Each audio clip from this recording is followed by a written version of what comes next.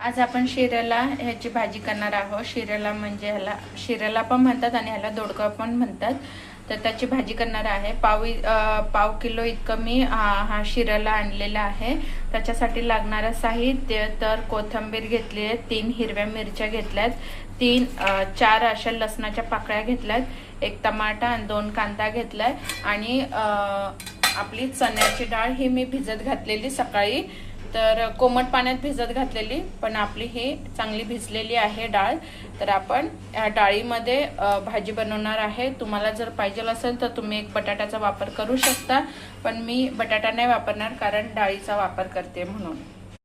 आता या ठिकाणी रेसिपी आपण बघूया कशी करायची ते, आणि शेवटपर्यंत बघा।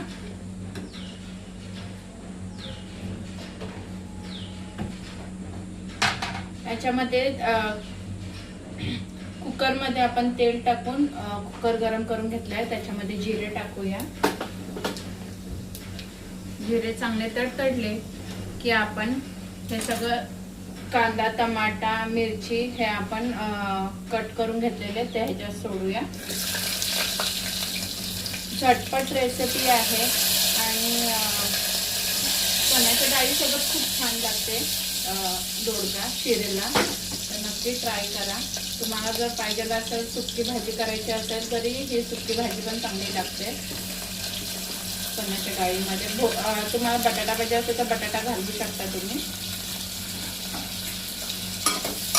मी हे दोन्ही टाकले।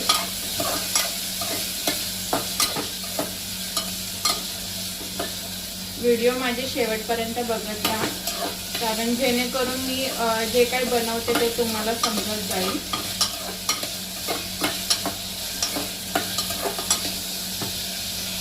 जर तुम्हाला माझे व्हिडिओ आवडत असेल तर माझे बघा, आपली भाजी ही शिजली आहे, वरूनच दिसते आपली डाळ पण शिजलेली आहे। आता मी दाखवते तरी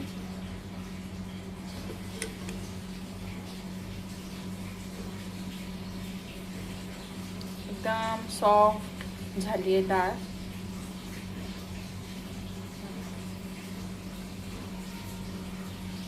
मस्त शिजली आहे। शिऱ्याला पण आपला शिऱ्याला शिजायला वेळ नाही लागत, दोडक्याला ती वाफेवर पण शिजून निघते।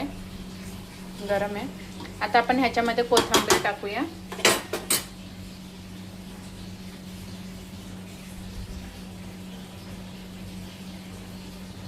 गरम गरम भातासंती सर्व करून खाऊ शकता।